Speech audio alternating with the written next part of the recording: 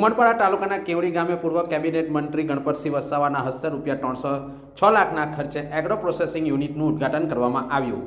સુરત જિલ્લાના ઉમરપાડા તાલુકાના કેવડી ગામે શ્યામા પ્રસાદ મુખર્જી રૂરબન મિશન યોજના અંતર્ગત ઉમરપાડા તેમજ આજુબાજુ તાલુકાના વિસ્તારના ખેડૂતોના ઉત્થાન માટે તેમજ તેમના હિતને કેન્દ્ર રાખીને આ યુનિટ દ્વારા મૂલ્યવર્ધક થકી ખેત પેદાશોની પોષકક્ષમ ભાવો મળી રહે તે માટે એગ્રો પ્રોસેસિંગ યુનિટનું ઉદ્ઘાટન સમારોહ તથા ખેતીવાડી ઉત્પન્ન બજાર સમિતિ ઉમરપાડાના હસ્તાંતરિત કુલ ₹306 લાખના ખર્ચે ઉદ્ઘાટન કાર્યક્રમ યોજવામાં આવ્યો હતો। આ કાર્યક્રમમાં પૂર્વ મંત્રી અને માંગરોળના ધારાસભ્ય ગણપતસિંહ વસાવાએ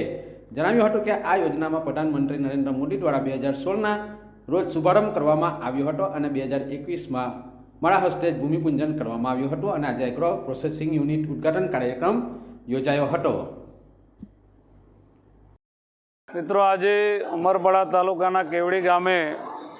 એપીએમસી દ્વારા ₹3 કરોડ ખર્ચે જે પ્રોસેસિંગ હાઉસ જે તૈયાર કરવામાં આવેલું હતું યુનિટ, એનું આજે ઉદ્ઘાટન કરવામાં આવેલ છે। રાજ્યના મુખ્યમંત્રી શ્રી ભૂપેન્દ્રભાઈ પટેલ સાહેબનો અને દેશના વડાપ્રધાન શ્રી નરેન્દ્રભાઈ મોદી સાહેબનો આભાર માનીએ છીએ કે આપણા દેશનો જે તાત છે એવા ખેડૂતોની આવક બમણી થાય એવા એક લક્ષ્ય સાથે નરેન્દ્રભાઈ મોદી સાહેબ કામ કરી રહ્યા છે। ત્યારે એ સ્વપ્નને સાકાર કરવા માટે રાજ્યના મુખ્યમંત્રી શ્રી ભૂપેન્દ્રભાઈ પટેલ સાહેબની આ ગુજરાતની સરકારે ઉમરપાડા તાલુકા જેવા આદિવાસી તાલુકામાં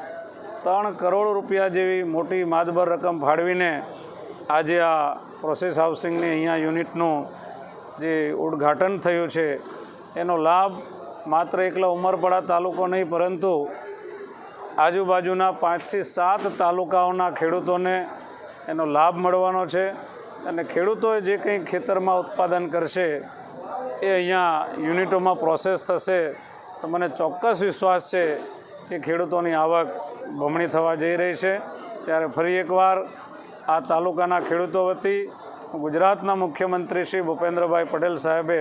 આટલું મોટું જે કાર્ય ખેડૂતો માટે કર્યું છે એ બદલ એમનો ખૂબ ખૂબ આભાર માનું છું।